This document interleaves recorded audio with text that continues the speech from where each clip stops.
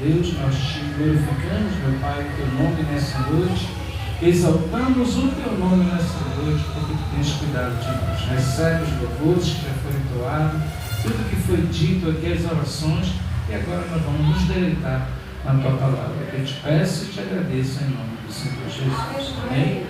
Queridos irmãos, esse versículo que a missionária leu é muito poderoso. O Senhor falou isso para quem? Para Maria. Se a gente for ver nas Escrituras, eu me lembro também que o Senhor falou isso também para quem? Para a mãe de Isaac. Quem era a mãe de Isaac? Sara, né? Ali é interessante isso, que Sara também, ela não tinha filho. E Maria também não tinha filho. O Senhor falou que daria um filho para Sara e que ia ser também no impossível.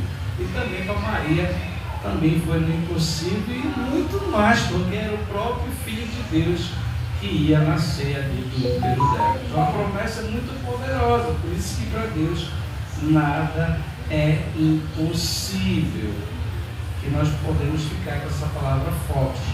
Então aqui no capítulo 20, o primeiro versículo vai nos remeter ao capítulo 19, que aconteceu no capítulo 19, que diz assim: passado aquele alvoroço, que alvoroço foi esse? Aquele que Demétrio causou ali no capítulo 19, sobre as estadas que ele vendia.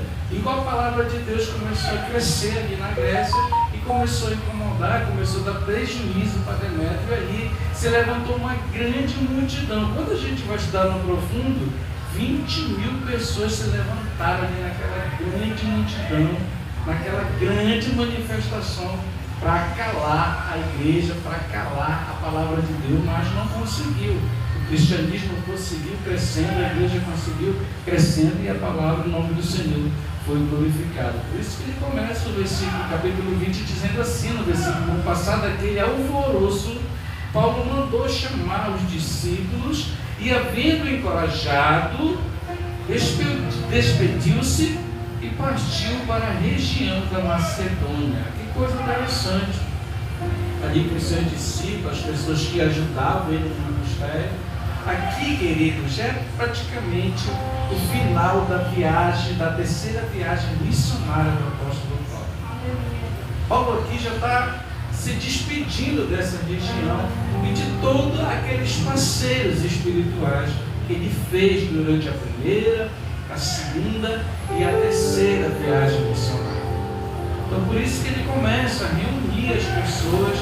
Ele volta para Macedônia para visitar a igreja de Filipos, onde a gente vai estudar. Ele volta para visitar a igreja de Tessalônica, a igreja de Corinto, e foi em Corinto, quando ele voltou dessa viagem, que ele escreveu o livro ou carta aos romanos da cidade de Corinto. Então ele tinha esse plano de retornar por onde ele já tinha evangelizado, por onde ele já tinha implantado as igrejas, e agora fortalecer e encorajar toda aquela igreja, todos aqueles irmãos, porque ele não ia mais retornar àquela região. E foi assim, muitas pessoas ficaram assim tristes, porque não iam mais ver o apóstolo Paulo. Porque Paulo aqui já está com mais de 20 anos pregando nessa região, se for juntar a todo o ministério dele. Então era um sinal de despedida, porque ele queria chegar aonde ele mais sonhava, que era pregar em Roma, estar em Roma. Por isso que ele escreveu as cartas romanas, para preparar os irmãos de Roma, que a gente já estudou as cartas romanas. E no versículo 2 diz assim: viajou por toda a região, animando os irmãos com muitas exaltações, e finalmente chegou à Grécia. Então isso é muito importante, né, meus amados irmãos, para você ver o foco do apóstolo Paulo. Quando ele retorna para visitar seus irmãos, ele faz uma reunião como a gente está aqui, dos líderes da igreja, para incentivar eles, para encorajar eles a não desistir do chamado, a não desistir daquilo que Deus tinha chamado a cada um para o ministério. Então esse é o nosso foco, sempre a gente está encorajando um ao outro, fortalecendo o nome do Senhor e exaltando o nome do Senhor. Então ele tinha essa preocupação, porque ele não era somente um evangelista, ele era também um pastor. Ele era considerado um paizão para aquelas pessoas, porque era ele que pregava, era ele que ensinava, e ele se preocupava muito com a vida espiritual daquelas pessoas. Por isso que ele fazia essa questão de reunir as pessoas. Por isso que muitas das vezes é bom de se reunir, não somente aqui. Olha, amanhã vai ter uma tarde de louvor lá na casa da minha mãe. Todos que estão aqui estão convidados, viu? A partir das 16 horas, das 18 horas, a gente vai estar ali louvando o nome do Senhor, viu? Meu pai foi internado hoje, ele não está bem de saúde, mas a gente vai fazer a obra. Eu vim aqui hoje fazer a obra, fui hoje deixar ele cedo lá no hospital, ali, Saúde da Mulher, para ser internado. Peço as suas orações, quando você for dormir, apresente o nome do meu pai. O presbítero Lúcio Guimarães, viu? Ele precisa da sua oração. Mas nós vamos fazer a obra do Senhor, vamos orar pela vida dele, para que o Senhor venha dar a saúde dele. E a obra não pode parar, a verdade é essa, né? Eu estou aqui porque eu tenho compromisso com o Senhor, tenho compromisso pela vida de vocês, de estar aqui ensinando, exortando, porque exortar é isso aqui, é ensinar, encorajar, te dar um bom conselho. Isso é a exortação, é o tete-a-tete, o pastor com a sua ovelha, as pessoas que estão aí na live recebendo a bênção do Senhor. Então ele viajou por toda aquela região, no versículo 2, animando os irmãos. E a gente tem, às vezes o irmão está triste, né? Está cabisbaixo. Aí o irmão chega lá, anima, não, irmão, bora para frente, bora, não olhe para trás. É assim que tem que ser. Tem aquele dia que é ruim para a gente, na verdade. Tem aquele dia que realmente a gente fica fraco, a gente fica triste, a gente é ser humano. Então é muito bom a gente receber uma palavra boa, né, de um irmão da igreja. Isso é interessante demais. O versículo 3 diz assim: onde permaneceu 3 meses quando ele reuniu essas pessoas. Quando estava pronto de embarcar para a Síria, os judeus moveram uma conspiração contra ele. Isso aqui é interessante, né? Todo lugar que ele ia ministrar tinha perseguição, tinha conspiração. Mas ele não olhava para isso dele. Você lembra de Neemias, quando ele foi construir o templo, que ele foi levantado para reconstruir os muros de Jerusalém? Ele com seus irmãos ali naquela época, muitas pessoas foram contra essa construção. A obra parou muitos anos, chegou até o governador, ao imperador lá, essa questão de Jerusalém. Mas enquanto os inimigos de Neemias estavam perseguindo, querendo embargar a obra, e quando iam perguntar para Neemias também não ligava para os bastidores, para as críticas, para as fofocas, para os opositores. Assim também era o apóstolo Paulo. E quando vinham perguntar para Neemias se ele se importava ou não, ele dizia: dizem para eles, os nossos inimigos, os nossos opositores da obra, que eu estou fazendo uma grande obra para o Senhor Jesus. É assim que o crente tem que agir. Porque Deus está conosco, e se há perseguição, é um grande sinal que você está no caminho certo. Porque, como é o ditado que diz, a árvore boa é aquela que produz o bom fruto, e é aquela que é mais pedrejada, porque você dá bom fruto. Então Paulo está passando esse processo aqui contra os próprios irmãos dele, judeus. Olha aqui, os judeus moveram uma conspiração contra ele. Por isso decidiu retornar pela Macedônia. E o foco dele era ir para a Síria, evangelizar, mas aconteceu esse levante, essa grande perseguição. Ele resolveu retornar à Grécia e passar a visitar todas aquelas igrejas. E vai acontecer coisas tremendas. Esse retorno dele pelas igrejas que ele tinha fundado naquela região. No versículo 4 diz assim: no que foi acompanhado por Sópater, filho de Piro, de Bereia, Aristarco e Segundo de Tessalônica, Gai de Derbe e Timóteo, além de Tíquico e Trófimo, da província da Ásia. São nomes assim, não comuns, né? São nomes bem complicados, mas eram parceiros do apóstolo Paulo. Eram discípulos dele. Esse Tíquico aqui levava as cartas do apóstolo Paulo para várias províncias ali. para que ela fosse lida, para que ela fosse ministrada. Ele é muito falado, mas ele trabalhou demais no apóstolo. Era ele que levava as cartas. Timóteo, um grande cooperador do apóstolo Paulo, jovem Timóteo, assim como aqui o Aristarco e Segundo de Tessalônica, Gaio de Derbe, todas as pessoas eram parceiros de ministério dele. Então todas essas pessoas ele chamou, reuniu, preparou, incentivou para que a obra do Senhor ela não parasse naquela região, principalmente quando ele não tivesse mais. Porque é muito triste com o líder de deixar ali uma obra pronta para a pessoa tomar conta e o líder se afastar e com o tempo aquela obra acabar. É tristeza como ministro, pastor, é tristeza para a obra do Senhor, porque se Deus te colocou naquele cantinho ali para você cuidar, então cuide que lá Deus vai te honrar e não vai faltar nada para você. Então aqui no versículo 5, continuando, esses irmãos, porém, foram adiante e nos esperavam já em Troas, já foram na frente do apóstolo Paulo para uma próxima região onde vai acontecer um grande milagre ali sobre a vida de um jovem. Versículo 6, e nós, Lucas aqui se inclui agora aqui no ministério, depois dos dias dos pães sem fermento, navegamos de Filipos e em 5 dias nos encontramos com ele no porto de Troas, onde ficamos por mais de 7 dias. Então ele não parava de viajar, o apóstolo Paulo, irmão. Aí ele chegava naquela região, ele ensinava, ele pregava, Deus agia na vida dele, na vida das pessoas, e ele continuava a viagem, porque o cristianismo tinha que se espalhar.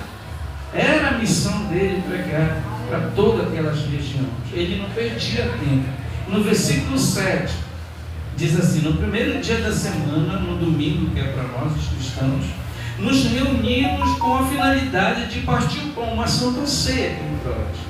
Paulo chegou lá, já que ele estava visitando a região, olha, bora fazer uma santa ceia aqui, e Paulo começou a pregar. Esse sermão de Paulo, essa pregação de Paulo é muito extensa, tipo uma vigília que demora muito, né? Tem um que dorme na vigília, esse jovem aqui vai dormir e vai cair.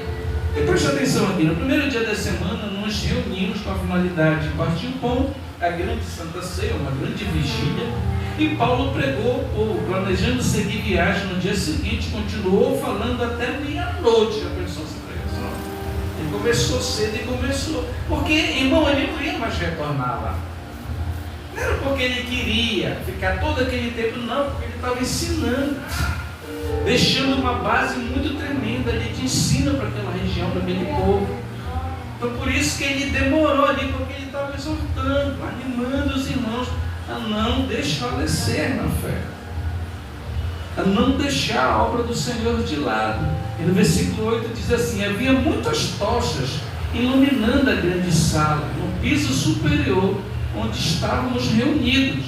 Certo jovem chamado Eutico, que estava sentado numa das janelas, adormeceu profundamente durante o longo sermão de Paulo. Vencido pelo sono, caiu do 3º andar. Quando tentaram erguê-lo, já estava morto. Já pensou um negócio desse? Você está ali ministrando. Aqui eu vejo Deus honrar muito esse homem no ministério dele, porque ele está ali um tempão pregando, e o jovem está lá sentado na janela, deu um sono nele, de repente ele cai. Aquilo ali poderia envergonhar a palavra de Deus, querido. Se aquele jovem mesmo morre ali, ia deixar uma tristeza muito grande naquela região ali de Troas. Mas a gente vê aqui o quanto Deus era naquele ministério do apóstolo Paulo. E o Senhor não deixou o nome dele ser envergonhado naquela região. Versículo 10 diz assim, vencido pelo sono, ainda no 9, ele caiu do 3º andar. Quando tentaram erguê-lo, já estava morto.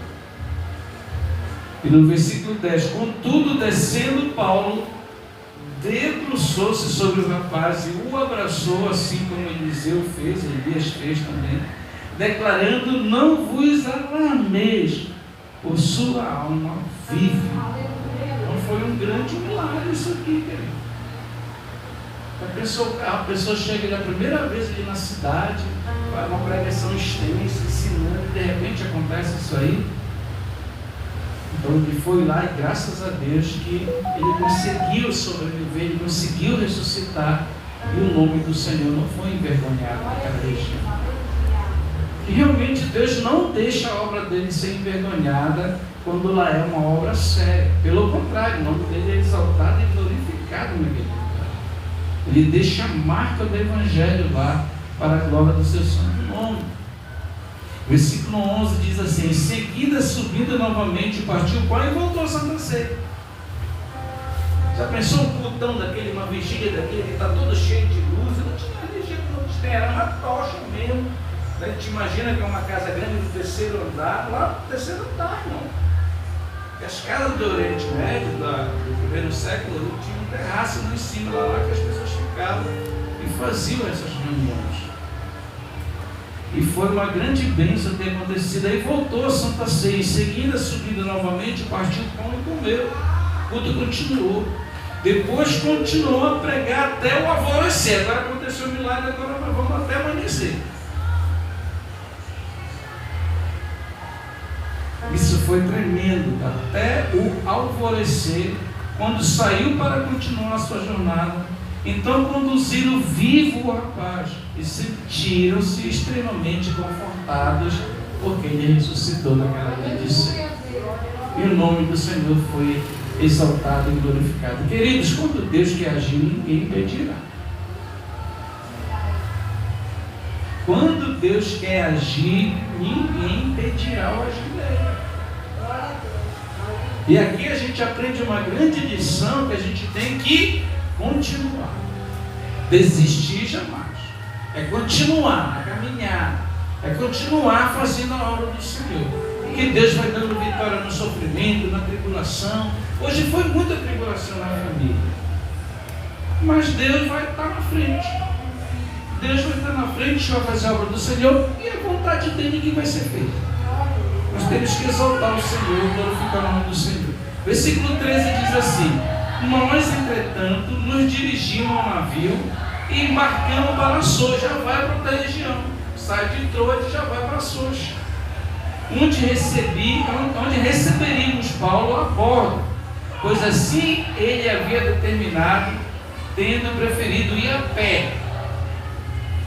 Quando nos alcançou em Assos, o recebemos a bordo e seguimos em viagem para Mitilene. No dia seguinte, navegamos dali e chegamos em frente a Quio. No outro dia, cruzamos para Samos. E um dia depois, chegamos a Mileto, que é na Itália. Mileto é uma cidade muito conhecida, porquanto Paulo havia decidido devolvê-lo. Passei aqui na página. Paulo decidiu não voltar mais para Éfeso, diz assim, aportar em Éfeso, porque ele já tinha saído de lá, indo para a Grécia, visitar os irmãos em Éfeso, para não se demorar na província da Ásia, pois muito tinha pressa de chegar a Jerusalém, se possível no dia de Pentecostes. Esse era o grande foco dele, depois que a gente vai ter aqui hoje, tá? Aí na outra quarta-feira a gente mata esse versículo, esse capítulo 20, que vai até o 34, se eu não me engano. Então vamos ficar de pé até aqui hoje, tá? Para não ser cansativo e não enjoar os irmãos. Coloca o hino que eu vou orar e aplicar o texto. Então nós aprendemos nessa noite que nada é impossível para o Senhor. Nós aprendemos nessa noite que quando Deus quer agir, Ele age a hora que Ele quer. Ele não deixa a sua palavra ser envergonhada. E a obra do Senhor, ela vai sendo feita. Paulo visitou toda aquela redondeza, toda aquela cidade, todos aqueles lugares que ele passou ensinando, e Deus honrando ele. Ele sabe que vai esperar ele lá em Jerusalém. O Espírito Santo não deixou ele assim, sem entender e saber o que estava esperando ele em Jerusalém. O Espírito Santo alertou: olha, quando tu chegar lá eu vou te prender.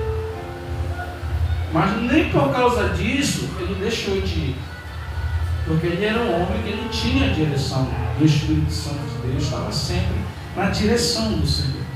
Então ele sabia que em lugares que ele chegasse, ia ter prisão esperando ele.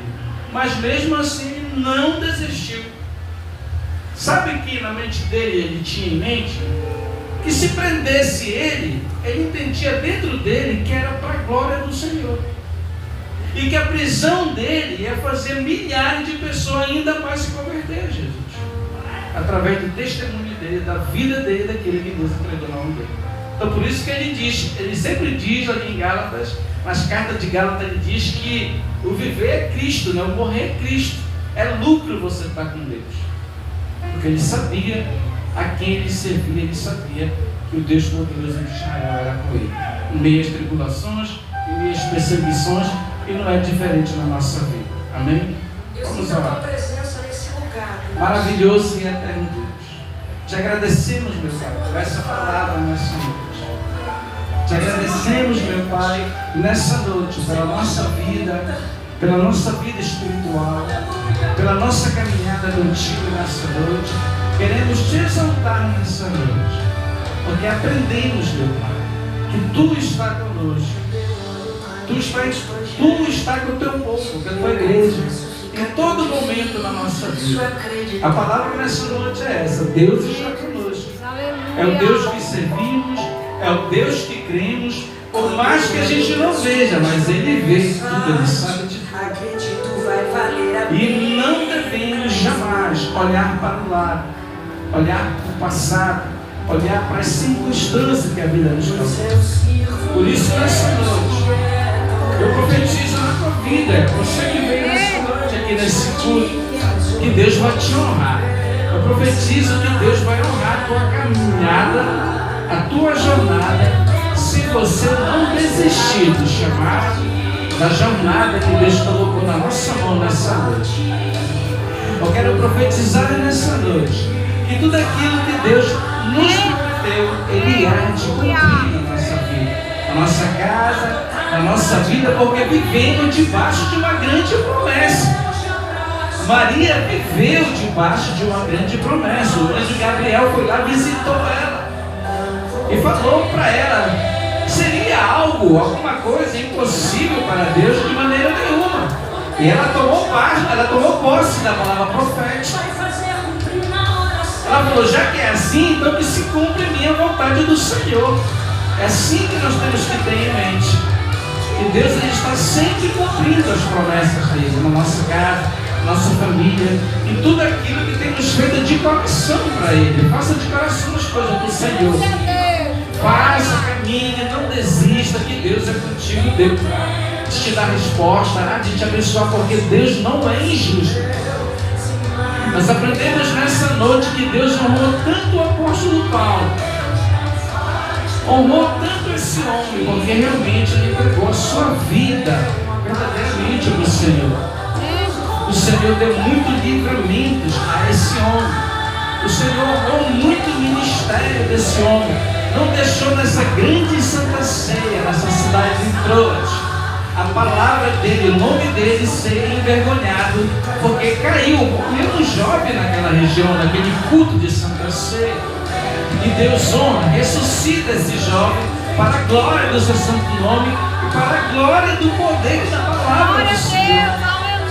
Para mostrar que Deus é fiel. E quando Ele quer agir, Ele age na hora certa, faz como Ele quer, por isso Ele é Deus. Ninguém ensina a Deus, Ele age quando Ele quer e somente quando Ele quer.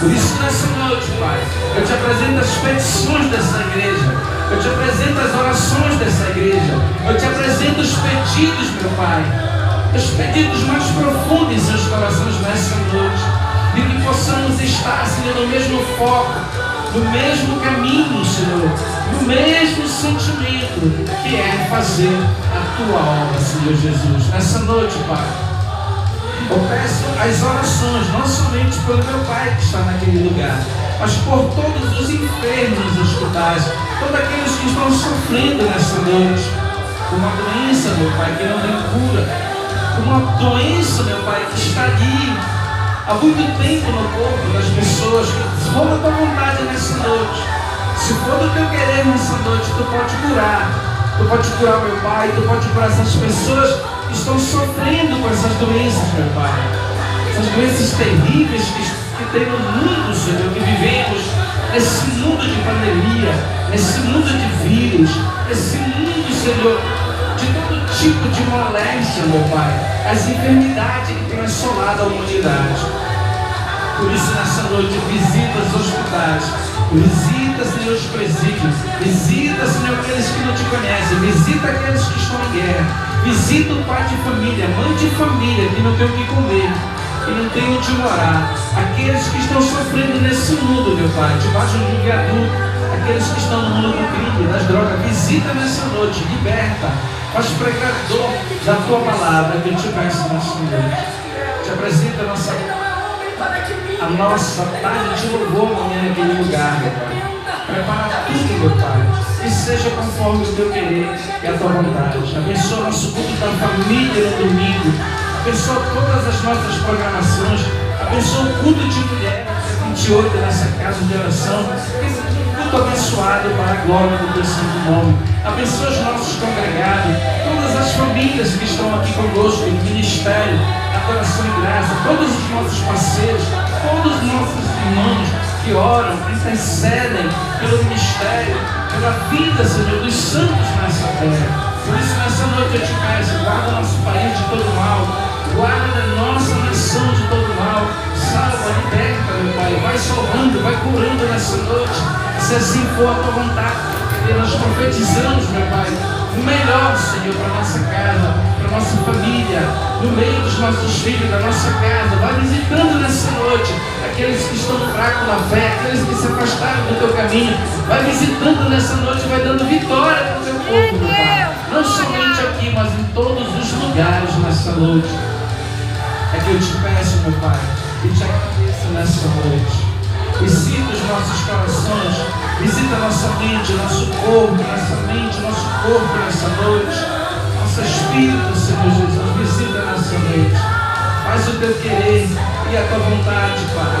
É que eu te peço nessa noite, Pai nosso que estás no céu, santificado é o teu nome, venha a nós o teu reino. Seja feita, Senhor, a tua vontade, não somente aqui na terra, mas também no céu. A honra, a glória, o poder, a majestade pertence a Ti, meu Pai. E tu venha perdoar os nossos pecados. Possamos perdoar aqueles que nos têm ofendido. Abençoa os nossos jovens que estão aqui. Abençoa cada um, Senhor, nessa noite que congrega nesse lugar. As pessoas que nos assistem através das redes sociais. Abençoa os nossos irmãos. Aqueles que estão conosco no Facebook, no YouTube, no Instagram, no TikTok, no Kawaii, Senhor. Visita todos aqueles que ainda não receberam essa oração, que eles possam ser sarados, que eles possam ser renovados, que eles possam ser bênção, meu Pai.